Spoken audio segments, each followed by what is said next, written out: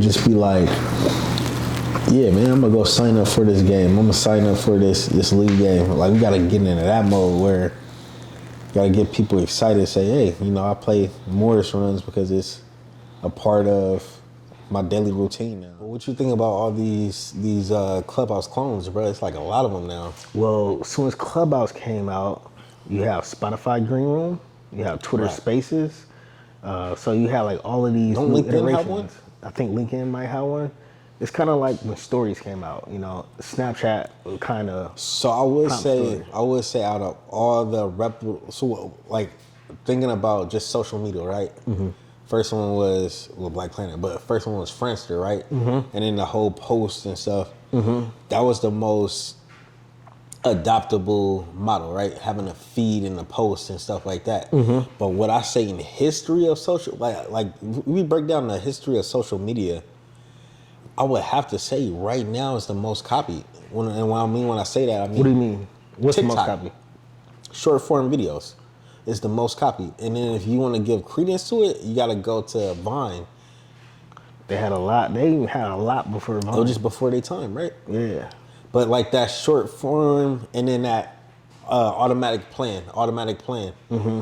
That form of social media right now, I don't get it because it's kind of like out of my demographic. And then when Vine was popping, I wasn't a creator, so I didn't see the benefit of it. But it's definitely the most copied format for a social media platform. What do you think about that?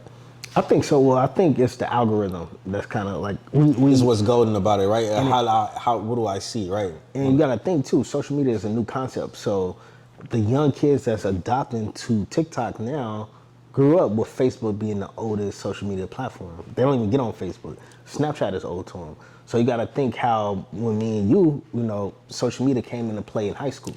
It was so different. It was so different because I mean, when we got aware to social media though, it was like, you know, was the latter years of high school. But I think, you know, like we was in an interesting spot because we grew up in a TV advertisement industrial complex where we was used to seeing commercials. We were used to seeing we was programmed to watch, you know, TV shows at a certain time, and to get that to seeing stuff online is very much different than the offerings we got now. Yeah. So like I think like somewhere like Facebook, Meta as a company, they're gonna be strong, but Facebook as a one platform social media, I think all their suite of apps is the weakest, but it's the most people on there. They got the most people, and they buy companies too. They got WhatsApp, they got Instagram. I was gonna say their strongest is WhatsApp. I think messaging, and then that Asian model, that southeastern, that part of the world model of having a super app. Yeah. Because you look in like South America, you look at like the, you know, Pacific Islands, and you look at like all those Asian countries.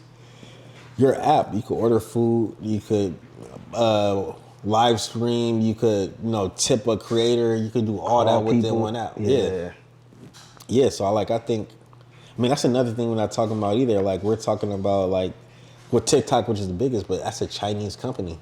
It's ByteDance. It's a Chinese company. And then they have Huawei, which is like their phone company that has their own apps, and I think they're creating a model of the super apps where I think Americans is actually copying off of. Oh yeah. Well, you know, welcome to the Hoopmaps podcast. You know, we just kind of got in on the topic about social media. You know, I'm Dante, that's Dominic. But while we're talking about social media, what do you think, now that we've been kind of doing apps for a while, where do you think the landscape is of creating an app? Because I know when we first started, it was everything. Create an app, mobile first. But now it's almost like lids hats, you know? Like it's, Are you talking about creating an app like living in a mobile app store? Yeah, because that's over with. I think we gotta go where the people is at. It's more like it's compared to like the TV versus movies. It's like people look for the best content. Not everybody's looking for a movie on a silver screen. People is looking for a docu-series, a mini-series, a short 10-episode series on FX, you know? Like content is king, and I think that's similar to the app space. At first it was like we need a native first mobile app that is also on Android and iOS simultaneously. Now it's like, how can I use this tool to get me to where I'm going? And it's irrelevant of the platform. And I'm thinking we're kind of moving into a new space where people's not looking to download apps in the App Store. They looking at your content and they getting it however they could get it. Well, for a developer standpoint, you kind of do want to avoid the Apple and alphabet tax. You know what I'm saying? Yeah. Because if you have any kind of app that's monetizing, that's 30% off the top. Yeah. You know, so that's a tax that you just kind of got to build in if you want to raise money and want to do that long term. So it's important to have your own native app, you know, hosted on your own website, and maybe have a iOS version or an Android version. But I'd say, man, the way that iOS new update is, like if you're on a Zoom call, if you're on any kind of chat call, it'll go into your call log. Right. Like it'll save any kind of maps, it'll save in your maps, and it'll say you can find it from that. So what they're doing is they're integrating it where you don't go into your app, you could go into your contacts, you can go into your map, and that's how you could discover it. It makes it a lot more easier and integrated. Right. I think as a developer, that's the way you got to go. Because I mean, I remember when the Apple Watch came out, and like as a fitness app, it's like I want to make it, you know, compatible to your Apple Watch, so that way it could just be that much easier to use than opening up a phone and try to do a walker on your phone. You know, you want to kind of optimize it to the different devices that you have. Yeah, I'm even seeing too, like I don't have Yelp downloaded on my phone, but if you go into Google and you look at ratings and you want to look at pictures, you click on a picture, they automatically secretly download a home link on your screen. So it's like I don't have to download Yelp. Like Yelp is already on there. So oh really? Yeah, they get around it. Oh, you could look within the Google app and see the Yelp. At first it was like it'll send you to the App Store to download, but now it's almost like you downloading a web app on your phone and creating a home tab. It do it for you. And so if you're looking at a picture, it'll take you there, you know, without actually downloading the really, app. I gotta try that because I could have sworn I tried it a couple of days ago and it got me to the App Store to download. Nah, right now, if you're looking at Chinese food, it'll take you right to the picture. Well, you know why that is, right? Why? So Yelp, they took Google to court for throttling their searches on the Google search. So like when you Google search food, any type of description or something, Yelp is by far got the strongest SEO presence. But what they was doing is Google, they was putting their own like recommendation. They had like a Yelp type clone. Oh, okay. You know, Google Ads and all that, and they was putting it, Google Places, I mean, and they was putting on the top. So like after from that court, that's why you'll see Yelp, because they're the naturally highest search when you search for things. Interesting. Yeah, but if we want to go deeper, like into like we're talking about like the landscape of where apps are developed at, but what about the consumers, man? And it's been a big thing because TikTok put out a list of the 20 most influential people are the highest earners on there, and there was only like 3 black creators and 3 black men and no black women on there. So what do you think about like that list, and then what do you think of when we're talking about you know social content, social media? How do you think the influencers and the contributors on there fit now that things just like moving up more events? I think just like YouTube, these apps, these companies have an idea of who their consumer want to be. So they promote the people that they think will emulate and follow. So that's why you see nothing but like young 16, 17-year-old white girls as like the top creators and everything. Because I think initially they want to go after that demographic, and so they'll promote those. And the cool part is, like everybody knows, like YouTube, like any other content, is a lot of creators that come up with the original dance, original trend. It gets stolen by the bigger creator, and they take credit and they monetize off it. Wow. And that's been going on across all platforms, you know? Yeah, I would even say there's another player that gotta be held accountable too. Advertisers. All these brands that attach themselves to those TikTok creators or Snapchat creators, they choose the people that they want to endorse, right? That's true. And then when they do a comparison of a black creator, the money is way, the margin is way far. The visibility far. is way lower, but without that black creator, the top 1% of creators wouldn't have no content, you know? It goes back to the music industry, it goes back to many entertainment industries. It's like all the original source is being suppressed, why people bring to the masses, what you didn't create, Yeah, because I definitely think Twitter was built off the back of black people, man. Oh, yeah. Black Twitter, like so many of these social networks, and then we was talking a couple episodes ago about like the rise of Clubhouse. You know, during the pandemic, what really kind of got it popped off. Clubhouse now, to explain it, Clubhouse is an idle version of WorldStar. That's what it is. Clubhouse at first, the way I saw it as a consumer was this was a conference, audio, this was a conference that you couldn't go to, but you could listen to. So they brought in a lot of knowledgeable people in different fields just to talk. And then it became a point where people love to hear themselves talk.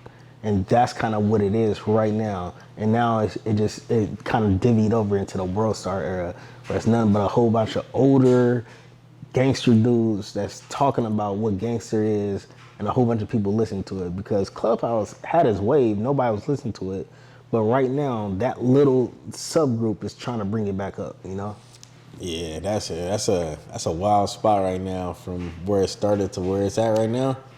But I mean, still, they're creating hours and hours of free content. You know what I'm saying? That's true. Content gets copied on, it goes viral on YouTube or on Twitter, different platforms. More people want to hop in the Clubhouse to not miss that next viral moment. Yeah, and that's kind of bring about another point about content and how people use it. Because if you notice on Instagram, on Clubhouse, a lot of people take their lives. They don't take their original posts, but they'll take their lives and they'll repost it on Instagram. And you got these YouTube creators that's got 50,000, 100,000 subscribers taking other people's content and reposting it. What do you think about that? Like people taking audio versions of Clubhouse and people Instagram lives, creating their own YouTube page about viral moments, and they actually getting paid off that. What do you think about that? I mean, that's robbing Peter to pay Paul. That's what I think. I think that's another creator just taking advantage. Cause like if that person, anybody in that content that have their own YouTube page, they could strike it down, cause they have permission to use their content, right? But it's a lie though. I heard there's some rule. That's why you can't play music on YouTube because it's like a was it DMA? DMCA, yeah. DMCA strike. Yeah. But people could take their live for some reason, you know? They can't so take it's a little their loophole. It's like a loophole, right, yeah. But it's still robbing Peter pay Paul, because you still are creators, right? And it's like, and then because off camera we was talking about the NFL, right? NFL, they got collective bargaining. Meaning owners get this. Oh, I'm sorry, NBA has it. Owners get this much. Players get that much of the total profits, right? Right. So like when you're talking about creating a platform, and this was the whole fight with like Joe Budden, right? They're creating that content not to be equal with you. They're creating that content to build up their business, to get advertisers, to get that. They're not saying like they want a Joe Budden podcast to bring the people in, but their goal is to build up their content so they could get more. They could, stop paying them, major labels so much of their licensing costs, bro. So they're trying to build up a business beyond it. And I think creators get stuck saying like, hey, this is not fair, this is not equal. But every time you give your content up, they're in the business to make their business bigger, not in the business to have an equal share with you. Well, speaking of Isaac Hayes was talking about off camera with Fanbase, in his Bloomberg interview, he brought up a very good point about what a lot of these major platforms are doing, that, somebody like Instagram is actually competing against some of their top creators.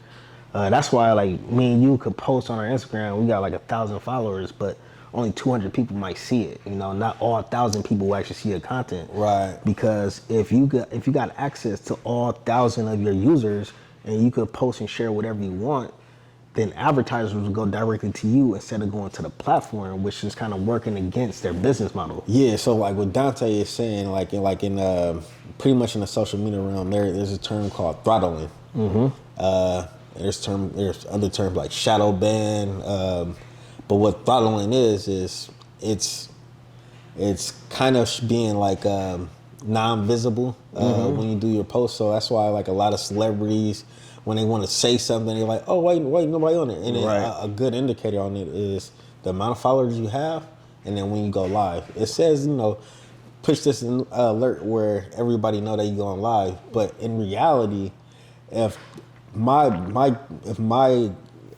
business model, right? If my revenue model is amount of eyeballs, right? It converts to a CPU or converts into some kind of unit where advertisers pay. You don't want to kind of give that free to the person that's participating in it. Yeah. You don't want to give that free to the user, because the user is what you do is to make money with advertisements that's advertising against it. I call this a third party or black market, industry. You see that with Nike and StockX going on right now. It's been going on. It's like a lot of people have been getting rich. YouTube, people been bypassing the platform, the going whole directly to line the theory. consumer. Yeah. And it's like, Nike, the second market, you buy your shoes at the retail store, but then you sell it 3 times on StockX. Like it's what do you think the evolution of that? Because it's kind of always been a secondary black market where people always been going around a platform, but now Nike, Instagram, they trying to stop that third party from making money. What do you think the evolution of all of this would be? I mean, it's the model got to change. If it's built off of high growth and then using that growth against advertisement, that model is gonna have to change, right? That's like it's a breakage model, pretty much. Yeah. It's kind of like a gym model. It's like you make money when less people is in the gym. It's like the whole airlines. You'll sell as many tickets, but you're hoping people's not gonna show up for certain flights. Right. You know what I'm saying? So like, I think that whole concept will have to change. From a creator standpoint, that concept is never gonna be in your favor. And then there's a way to get it when it's early. That's why people like new social media. When Snapchat came out, people hop on it, and they realized it wasn't a way to monetize it. You get above the algorithm. It's a advantage early. Yeah, I mean, just a new place. You could be, you're a new person in a new city, so you can kind of show what you want to do. Like I say, DJ Khaled, I think he built up Snapchat. You know what I'm saying? I think he did that whole moment. Got a lot of people on there. So like, there's different lanes for different people, but I think the concept will have to change. And we was talking about fan base. I think that concept, it could apply to regular people that make dance videos on Instagram, or it could apply to like somebody that really has real talented like scripted series. Because the way he's doing it is, no matter what, whether you're doing a post, whether you're doing like long form audio or long form video, you could have fans for it, and they could pay for each part of the process. So I think if more people say, hey, instead of taking you off of Instagram, which is a big platform, to go to Patreon or all these third parties, they say if you could put it all right here, then you could kind of make it the way you want to. So I think that model will be a model where people can kind of go to. Well, you think that model will last long term, or you think that could work? I think it could work. I think it just got to find a niche audience first. Like, before TikTok, it was Musical.ly, and it was about dancing to short form music. And then eventually that turned into doing all type of stuff, how-tos, building stuff. They kind of got their own subgenres like YouTube. Talking about in TikTok? In TikTok, Man, yeah. old people took attack of TikTok now. TikTok is the old, and it's like the woke spot now, man. Like, if you want to get any kind of like woke random history, you'll go, like, it's there. It's amazing how many like genres how many subgroups could kind of pop up out of there. Because it used to be the real young kids on there just doing a little dance moves, but now it's like older people ranting, and it's very, very interesting. Yeah. Yeah. Well, speaking of all of that, just a little update on Hoopmaps. We in the lab. This whole year we in the lab. Got some big things coming. So, as things roll out, we'll let you guys know. But just know, we're working, we thinking of Hoopmaps a little differently. We're thinking about it long term, and how it could be more useful to the users, and not just putting something out there. So, be on the lookout. On our website. Like on social media. More information will be coming soon. We just know we're in the lab. Yep. Anything else? I think that was good. Cool. Well, I know we'll catch you on the next time. We'll try to put them out more frequently, and never know, it might be on one of the platforms that we was talking about. So for Dante, I'm Dominic. We'll catch you next time. Peace.